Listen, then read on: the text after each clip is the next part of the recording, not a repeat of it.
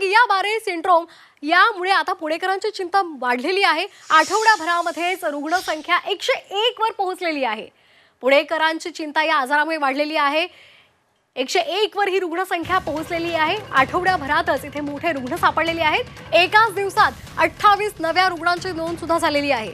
16 रुग्णांची प्रकृती चिंताजनक आहे तर व्हेंटिलेटरवर आहेत। एकाच दिवसात 28 नव्या रुग्णांची नोंद झालेली आहे। रुग्ण आढळून आलेल्या परिसरामध्ये आरोग्य विभागाने 25,578 घरांचं सर्वेक्षण सुद्धा केलेलं आहे। एकूण रुग्णांपैकी 68 पुरुष आणि 33 महिला आहेत।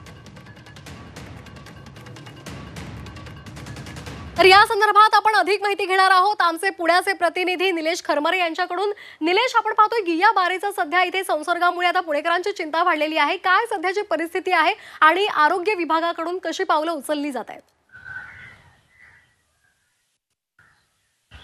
नक्कीच पुण्यामध्ये एकाच दिवसात म्हणजे खरं तर 28 रुग्ण हे आज वाढलेले आपल्याला पाहायला मिळतात। ही जी आकडेवारी ही कालची आकडेवारी आहे आणि त्या अनुषंगाने आता पुणे महानगरपालिका असेल किंवा स्वतः उपमुख्यमंत्री अजित पवार यांनी काल सूचना सुद्धा दिलेल्या आहेत। त्या अनुषंगाने आता काही पथकं जे आहेत ती रवाना करण्यात आलेली आहेत। महत्त्वाचं म्हणजे पुण्यातील सिंहगड रोड असेल, एरंडोन असेल किंवा वाकड असेल या परिसरामध्ये हे रुग्ण सातत्याने वाढलेले आपल्याला पाहायला मिळत आहे। त्यामुळे त्या परिसरामध्ये ज्या ठिकाणी हे रुग्ण आढळतात त्या ठिकाणचे जवळजवळ 25,000पेक्षा जास्त घरांचं सर्वेक्षण करण्यात आलेलं आहे। ज्या रुग्णांना सिम्पटम्स दिसतात त्या रुग्णांना वेगळं करून त्यांचे नमुने जे आहेत ते घेतले जात आहेत।